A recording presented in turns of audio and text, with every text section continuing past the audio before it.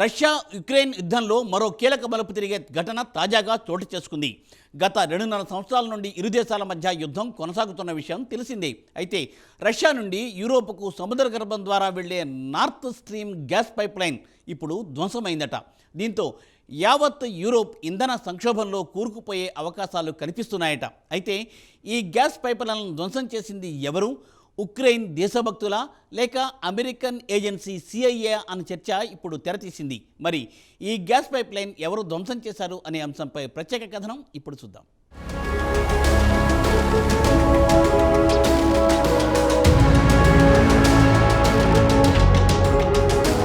Russia Ukraine యుద్ధంలో మరో కీలక పరిణామం చోటు చేసుకుంది.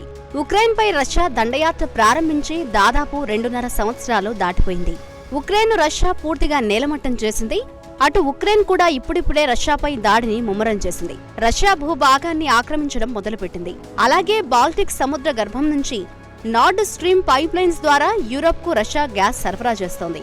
ఈ పైప్ లైన్ ను సెప్టెంబర్ 2022లో బాంబుల ద్వారా ధ్వంసం చేశారు. అయితే ఈ పైప్ లైన్ ను ధ్వంసం చేసింది ఎవరనే విషయం మాత్రం ఇప్పటికీ సస్పెన్స్ గా మారిపోయింది. రష్యా ద్వారా జర్మనీకి సహజ వాయువు సరఫరా అవుతోంది. ఈ పైప్ లైన్ల ధ్వంసం వల్ల జర్మనీ తీవ్ర ఇంధన సంక్షోభాన్ని ఎదుర్కోవాల్సి వస్తోంది.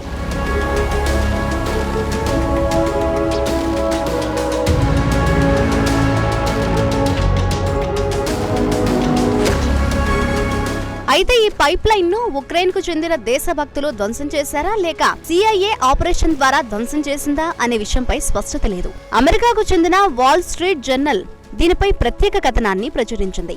ఉక్రెయిన్ కు చెందిన దేశభక్తులు ఈ పైప్ లైన్ ను ధ్వంసం చేశారని వెల్లడించింది. అయితే అంతకు ముందు అమెరికా జర్నలిస్ట్ సెమూర్ హెర్ష్ మాత్రం CIAనే ఆపరేషన్ ద్వారా ధ్వంసం చేసిందని స్పష్టం చేశారు. అయితే ఈ పైప్ లైన్ ఎవరు ధ్వంసం చేశారనేది మాత్రం ఇప్పటికీ సస్పెన్స్ గా మారిపోయింది. ఈ నెల 14న వాల్ స్ట్రీట్ జర్నల్ ఒక కథనాన్ని ప్రచురించింది. ఈ కుట్రకు సంబంధించి రియల్ స్టోరీ అంటూ వివరాలు వెల్లడించింది. ఉక్రెయిన్ కు చెందిన కొంతమంది దేశభక్తులు తమ దేశం కోసం ప్రాణాలను పణంగా పెట్టి పైప్ లైన్ ను ధ్వంసం చేశారని పేర్కొంది. ఉక్రెయిన్ అధ్యక్షుడు జెలెన్స్కీ పైప్ లైన్ ధ్వంసం చేయవద్దని వారించినా వీరు పట్టించుకోలేదని వాల్ స్ట్రీట్ జర్నల్ కథనం.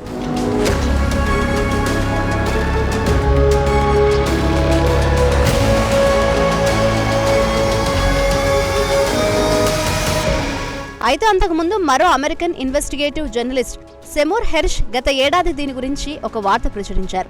ఆయన చెప్పింది ఏంటంటే సముద్ర గర్భంలో ఉన్న ఈ పైప్ లైన్ ను సెంట్రల్ ఇంటెలిజెన్స్ ఏజెన్సీ CIA పేల్చివేసిందని, వైట్ హౌస్ నుంచి ఆదేశాలు రావడంతో రహస్య ఆపరేషన్ ద్వారా పేల్చివేసిందని హెర్ష్ పేర్కొన్నారు. అయితే ఆయన కథనంతో వాల్ స్ట్రీట్ విభేదిస్తోంది.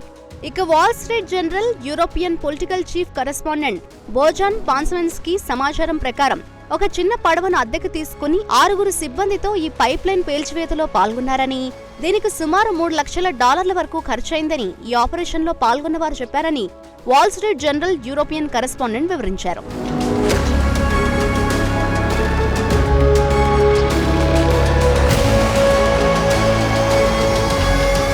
ఈ ఆపరేషన్ లో పాల్గొన్న వారిలో ఉక్రెయిన్ సైనికులు, ట్రైన్ సివిలియన్ డ్రైవర్స్, అలాగే కొంతమంది యువతులను కూడా తీసుకొచ్చారు. ఎందుకంటే సముద్రంలో ఫ్రెండ్స్ కలిసి ఎంజాయ్ చేస్తున్నారనే విధంగా అక్కడ సీన్ క్రియేట్ చేశారు. కాగా ఈ ఆపరేషన్ కు ఉక్రెయిన్ కు చెందిన పలువురు వ్యాపారవేత్తలు ఫండింగ్ చేశారని చెబుతున్నారు. కాగా ఈ ఆపరేషన్ లో పలువురు ఆర్మీ జనరల్స్ కూడా పాల్గొన్నారని చెప్పారు. వాస్తవానికి ఈ ప్లాన్ ను ఉక్రెయిన్ ప్రెసిడెంట్ జెలెన్స్కీ ఆమోదించారని, ఆ తర్వాత విషయం CIAకు తెలపడంతో ఉక్రెయిన్ ను ఈ ఆపరేషన్ కు దూరంగా ఉండాలని హెచ్చరించిందని, దీంతో జెలెన్స్కీ కూడా ఈ ఆపరేషన్ వద్దని వారించారని వాల్ స్ట్రీట్ కథనంలో వివరాలు ప్రచురించింది.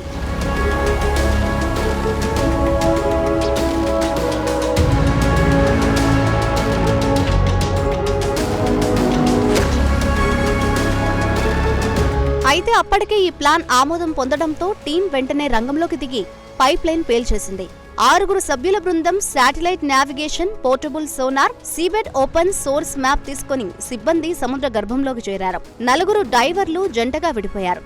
శక్తివంతమైన HMX పేలుడు పదార్థాలను వైర్ల ద్వారా కనెక్ట్ చేసి టైమర్, కంట్రోల్, డిటోనేటర్ల ద్వారా పేల్చేశారని వాల్ స్ట్రీట్ జర్నల్ ప్రత్యేక కథనంలో వివరించింది. అయితే హెర్ష్ రిపోర్ట్ విషయానికొస్తే తనకు అత్యంత విశ్వసనీయ వర్గాల ద్వారా అందిన సమాచారం ప్రకారం డిసెంబర్ 2021లో రష్యా ఉక్రెయిన్పై దాడి చేస్తుందని దాదాపు ఖరారైపోయింది.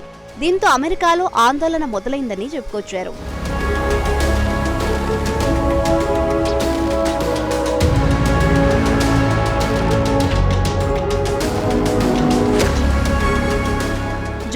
పాటు పశ్చిమ యూరోప్లో రష్యా నుంచి నార్డ్ స్ట్రీమ్ పైప్లైన్ ద్వారా చౌక గ్యాస్ అందుతున్నందువల్ల వారు ఉక్రెయిన్కు ఆయుధాలతో పాటు ఇతరత్రా ఏ విధంగా ఆదుకోవడానికి ముందుకు రారని అమెరికా ఆందోళన చెందింది.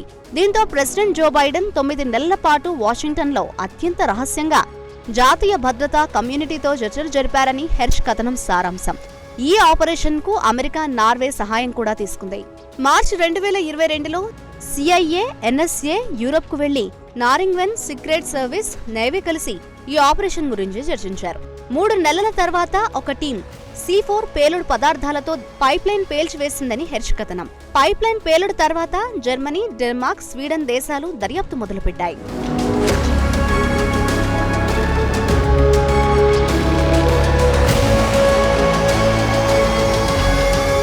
డెన్మార్క్, స్వీడన్లు దర్యాప్తు మొదలుపెట్టిన తర్వాత సరైన సాక్ష్యాలు సేకరించలేకపోవడంతో దర్యాప్తును అర్ధాంతరంగా నిలిపివేశాయి. అయితే జర్మనీ విచారణలో మాత్రం ఉక్రెయిన్ హస్తం ఉందని అంచనాకొచ్చింది. దీనికి సంబంధించి సాక్ష్యాలు కూడా సేకరించింది. పేలుడుకు వాడిన పరికరాలను కూడా సేకరించింది. మొత్తం 5 పురుషులు, 1 యువతి ఈ ఆపరేషన్లో పాల్గొన్నారని వాల్ స్ట్రీట్ జర్నల్ కథనం.